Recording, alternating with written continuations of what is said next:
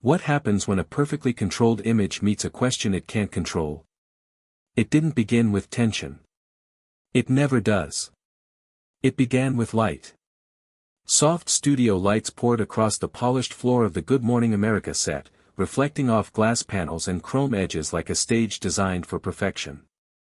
The air carried a faint mix of fresh coffee and hairspray, the quiet chaos of morning television unfolding behind the scenes.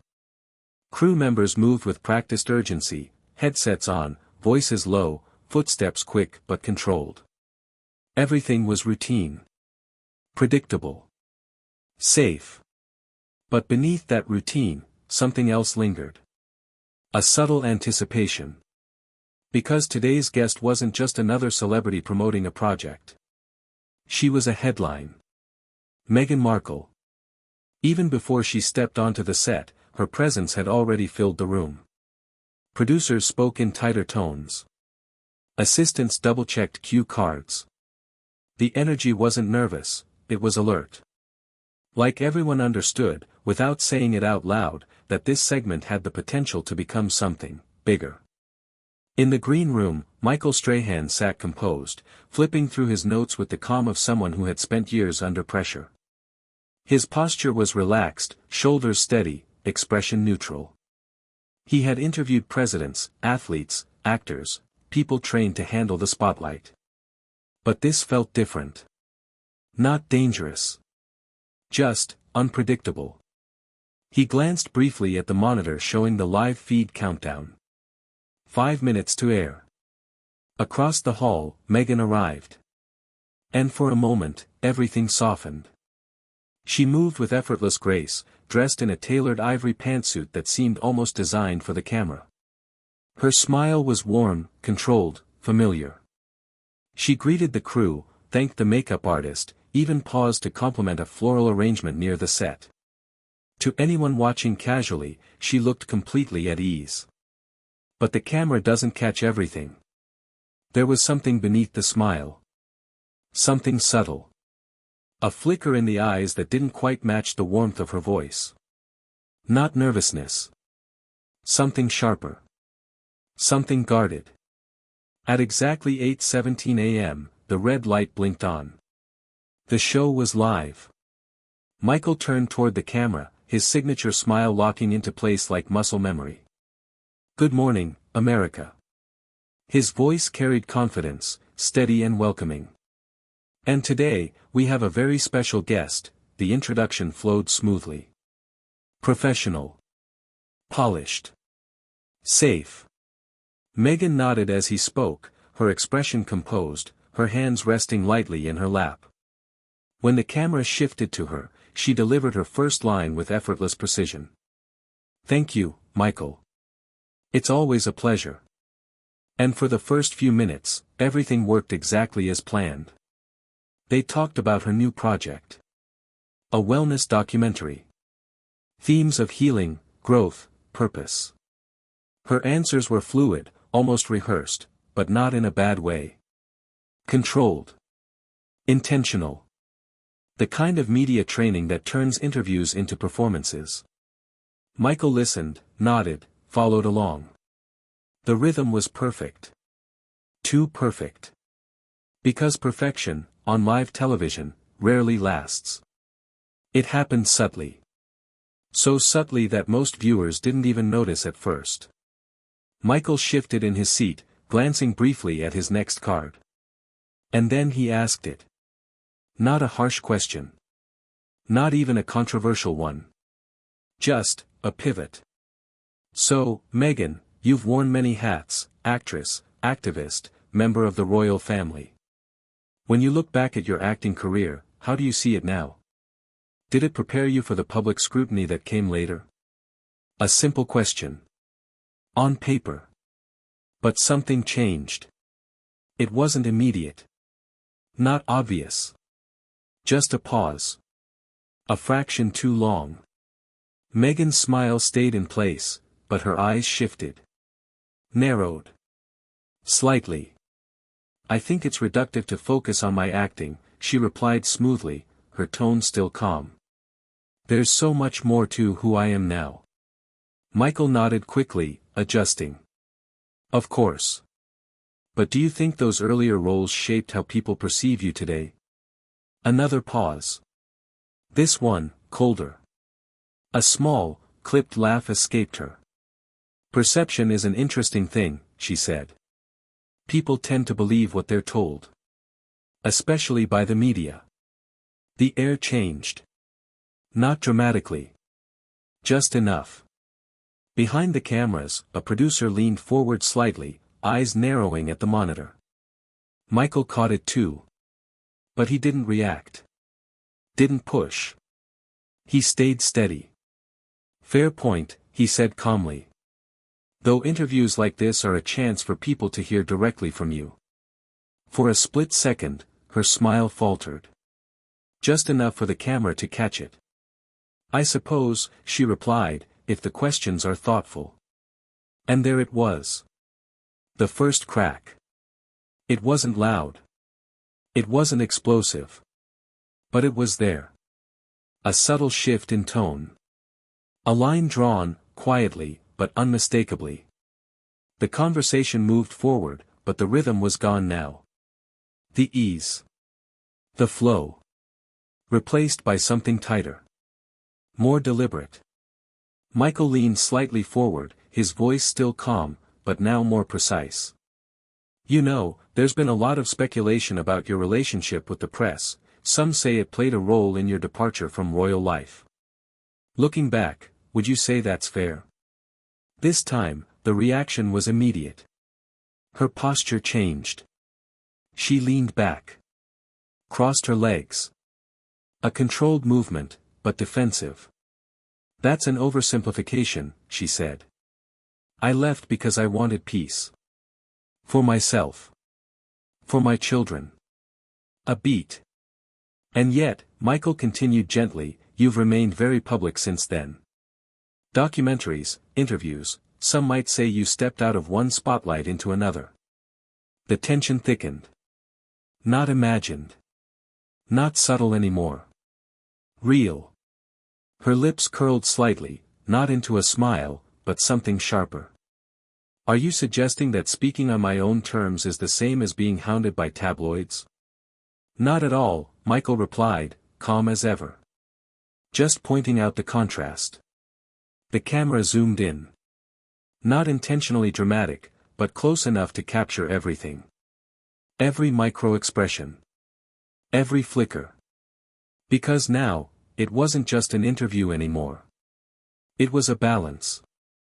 A silent contest. Control versus control. And for the first time since she walked in, Meghan looked challenged. The room felt smaller. Quieter. Even the crew had stopped moving. Watching. Waiting. Michael flipped his next card slowly. Measured. You've reshaped public narratives, he continued. But some would say you've also blurred the lines between privacy and publicity. A pause. Then, and some, Meghan said flatly, simply like to hear themselves talk. A ripple went through the control room. Someone whispered under their breath. Michael didn't react. Didn't blink. Just leaned back slightly.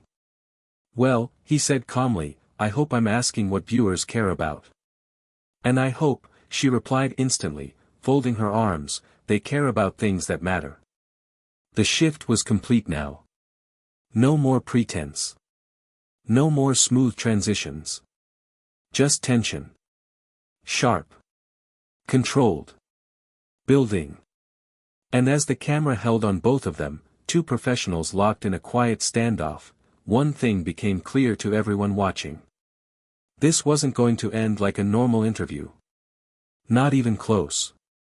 Because something had already broken beneath the surface. There's a moment, in every live broadcast, when the script quietly dies. No announcement. No warning. Just a shift in energy so sharp, everyone in the room feels it at the same time. This was that moment. The studio lights hadn't changed. The cameras still rolled. The broadcast still flowed into millions of homes across the country. But inside the Good Morning America studio, something had tightened. The air felt heavier now. Thicker. Like the room itself was holding its breath. Michael Strahan adjusted slightly in his chair, his movements minimal, controlled.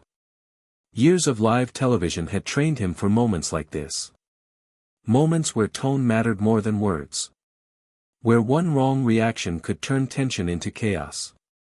Across from him, Meghan Markle no longer leaned forward. She had shifted back into her chair, shoulders relaxed but not open, guarded. Her fingers rested against the edge of the table, tapping once, then still. Her smile. Gone. Not completely. But what remained of it was colder now. More calculated. Michael glanced briefly at his cards, then set them down. That alone didn't go unnoticed. Behind the cameras, a producer whispered into her headset, her voice tight. "He's going off script," another voice responded, barely audible. "Let it play." Because they all understood now. This wasn't just an interview anymore. This was television. And not the safe kind. Michael leaned in slightly, his voice calm, almost softer than before. "Meghan, let's pivot for a moment." A pause. "Your transition from acting into royal life, do you think Hollywood prepared you for that world?" For a split second, she blinked. Not because the question was shocking. But because of when it came. Too soon. Too direct. Her lips pressed together before she spoke.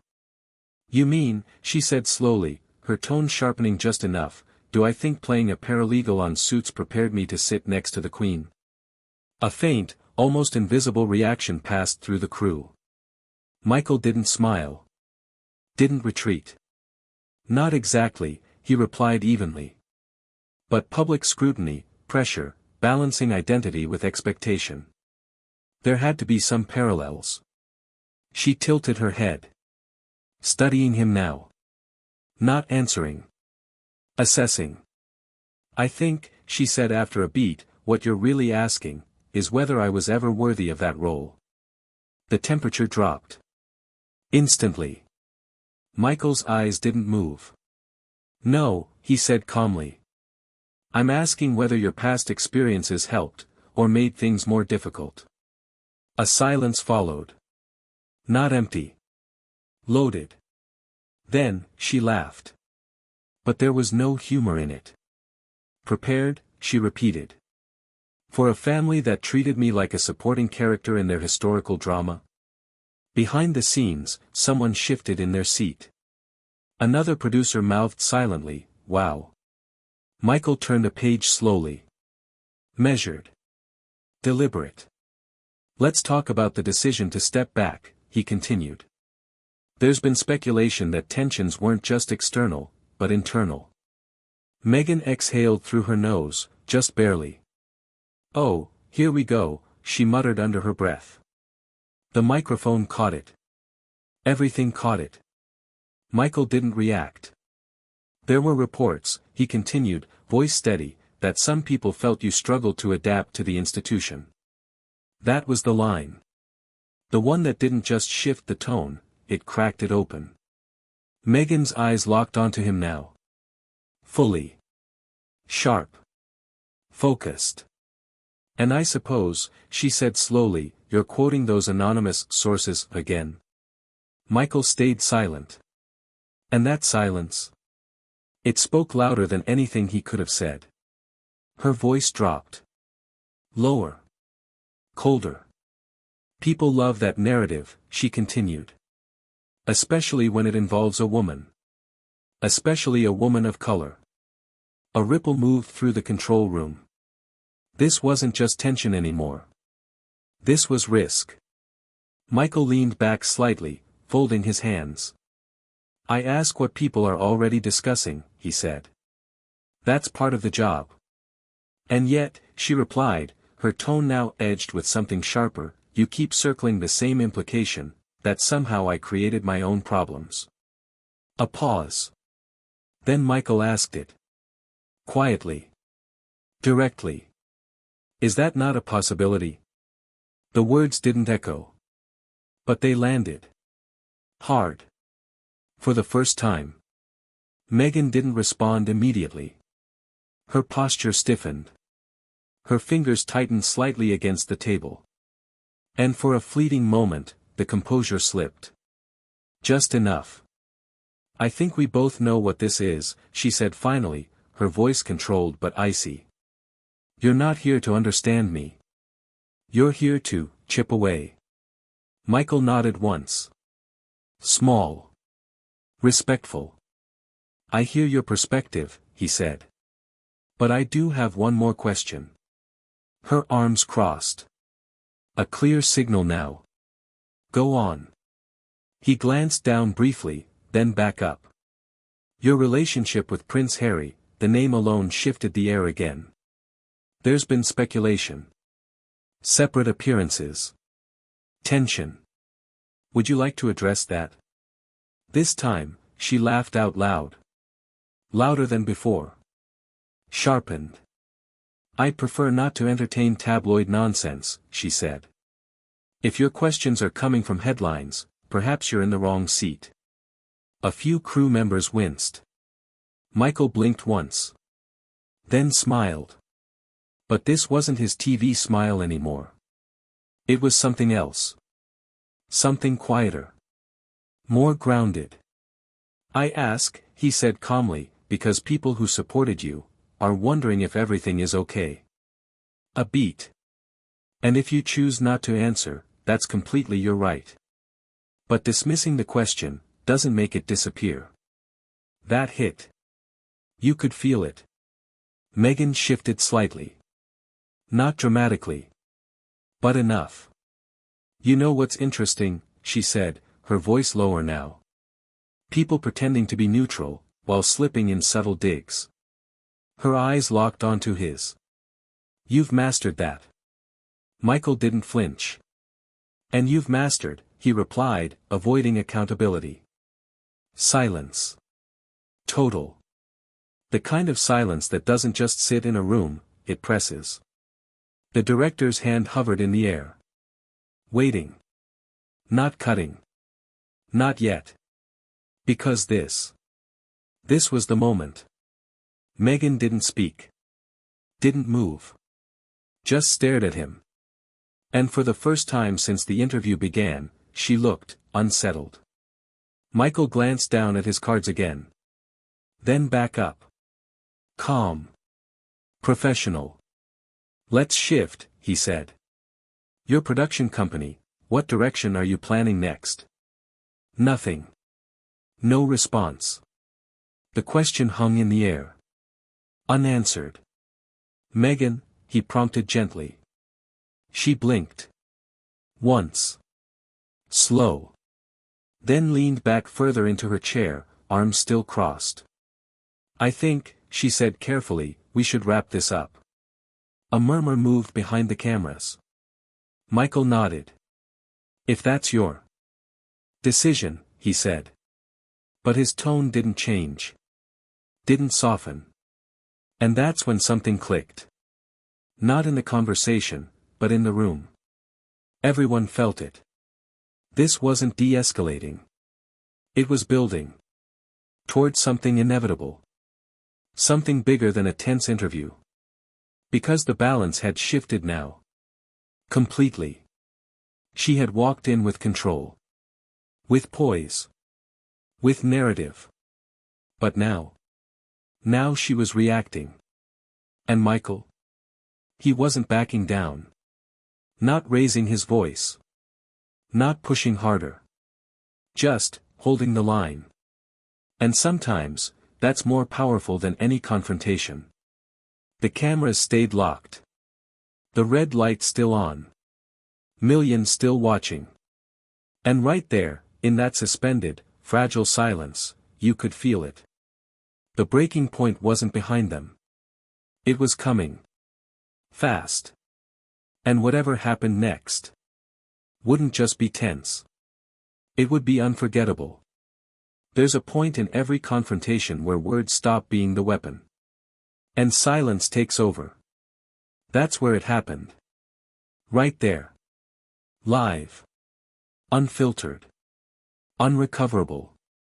The Good Morning America studio, once filled with controlled energy and polished rhythm, had transformed into something else entirely. The lights still shone just as bright, but now they felt harsher. Exposing. Every expression, every micro-movement, every crack in composure, magnified for millions to see. No one moved. Not the crew. Not the producers. Not even the cameras. Everything was locked onto the two figures sitting across from each other, Michael Strahan, calm and grounded, and Meghan Markle, still, rigid, her arms folded like armor she wasn't ready to lower. The silence stretched. Longer than television allows. Longer than comfort permits. And yet, no one cut to commercial. Because they knew. This was no longer just a segment. This was a moment. Michael broke the silence first, his voice steady, measured, almost quieter than before. Before we close, he said, there's one more thing. A subtle shift in Meghan's posture. Not dramatic. But noticeable. Her chin lifted slightly, her eyes narrowing just enough to signal resistance before the question even arrived. Your recent comments about the monarchy, he continued, choosing his words with precision, you referred to it as a dusty institution built on outdated ideals. A pause. Do you still stand by that? There it was. Not explosive. Not aggressive. But surgical. The kind of question that doesn't shout, it lands. Meghan tilted her head slowly, studying him again. But this time, there was no softness left in her expression. No performance. No media-trained warmth. Just steel. Is that really how you want to end this, Michael? She asked. Her tone wasn't loud. But it was sharp. Michael didn't hesitate. You said it, he replied calmly. I'm asking if you still believe it. A flicker crossed her face. Not uncertainty. Not regret. Something closer to irritation. I said what needed to be said, she answered coolly. Not everyone has the luxury of staying silent when something is wrong. A beat. Michael leaned forward slightly now. Not aggressively. But enough to signal something had shifted again. Some would argue, he said, that you entered an institution with your own expectations, and became frustrated when it didn't change for you. That did it. The line. The one that tipped everything. Meghan's jaw tightened visibly. Her posture straightened. And when she spoke, her voice carried something it hadn't before, edge. I entered that system as a wife, she said. As a mother. As someone committed to service. A pause. Her eyes locked onto his. But when I saw what it was doing to my husband, to my mental health, I chose something different. The room held still. Even the faint hum of equipment seemed to fade. And then, Michael asked the question no one had asked so directly yet. And the book deals, he said. The documentaries. The podcast contracts. A beat. Were those part of choosing peace? If the previous moments had been tense. This one snapped. Clean. Sharp. Irreversible. Meghan didn't answer immediately. She leaned back slowly in her chair, her eyes no longer fixed on him, but somewhere else. Somewhere beyond the set. Beyond the cameras. For the first time since the interview began. She looked disconnected. Not from the conversation, but from control itself. I'm not here to justify my existence, she said finally, her voice thinner now. I have a platform. I use it. Michael nodded once. Calm. Unshaken. And with that platform, he replied, comes scrutiny. You don't get one without the other. Her eyes snapped back to him. Sharp again. And who decided you get to lecture me about that? She shot back. I'm not lecturing, he said. I'm interviewing. A pause. Then quieter, or at least. I was. That line hung in the air. Heavy. Final. Behind the cameras, someone shifted nervously. A producer glanced toward the director, silently asking the question, "Do we cut?" But the director didn't move. Because this wasn't something you cut away from. This was something you witnessed. Meghan inhaled sharply, her fingers gripping the armrest now. "You had this planned," she said, her voice tightening. "From the moment I walked in. You wanted this." Michael raised his eyebrows slightly. "And yet," he said, "you stayed."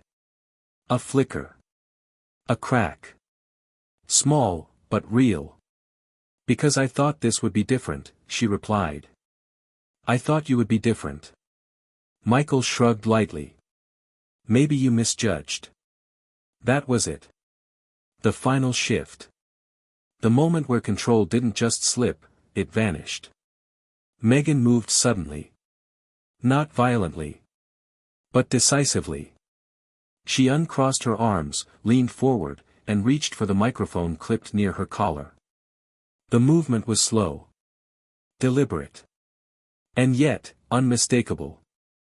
"I think we're done here," she said. Her voice was steady. But thinner now. Less certain. Michael didn't move. Didn't stop her. "Of course," he replied calmly. "But then, one last thing." She froze. Just for a second. He held up a card, though he didn't look at it. "You once said. The truth has no expiration date." A pause. "Do you still believe that?" She didn't answer. Didn't even look at him. Instead, she stood. The chair shifted softly beneath her. The sound echoed louder than it should have. Her blazer fell into place as she straightened it, her movements precise, almost mechanical now. Controlled, but not composed. "Not anymore." "Play your clip," she said quietly. "Get your moment." But Michael didn't. He didn't say anything at all. He just watched. And somehow, that silence said more than any response could have. Meghan turned. And walked. Each step measured. Each heel striking the floor with a sharp, rhythmic click that cut through the stillness of the studio like a countdown. No one spoke. No one moved. Until the backstage door opened, and closed. Softly. But the sound carried. Michael remained seated. Still. Composed. He exhaled slowly, almost imperceptibly. Then, after a beat, he turned toward the camera. The red light was still on. Millions still watching. "Well," he said, his voice calm, grounded once more. "Live television." A faint pause. "Sometimes you get inspiration." Another. "Sometimes, you get confrontation." His eyes held steady. "And sometimes, you get someone who doesn't like the questions." A small, controlled smile. Not mocking. Not triumphant. Just, final. "We'll be right back." The screen faded to commercial. But the moment didn't. Because within minutes, clips began circulating. First online. Then everywhere. By noon, it wasn't just a segment anymore. It was a headline. A debate. A dividing line. Some viewers said Michael had pushed too far, that the questions crossed from journalism into provocation. Others argued he had done exactly what a journalist is meant to do, ask the questions no one else would. And Meghan? Some saw strength. A woman refusing to be cornered. Others saw something else. Defensiveness. Control slipping under pressure. But here's the truth no headline could fully capture, it wasn't just about the questions. Or the answers. It was about the moment control met resistance. And neither side backed down. That's what people remembered. That's what made it viral. Not the walkout. Not the words. But the tension in between. The silence. The looks. The feeling that, for just a few minutes, anything could happen. And it did. So now the question isn't what happened. You've seen that. The question is, what did you see in it? Was it a journalist doing his job? Or a guest pushed too far? Because in moments like these, the story doesn't end when the camera's cut. It begins. If you enjoyed this kind of raw, cinematic storytelling, make sure to like, comment your thoughts, and subscribe for more untold moments from live television. And don't forget to share, because sometimes, the most powerful stories, are the ones no one planned to tell.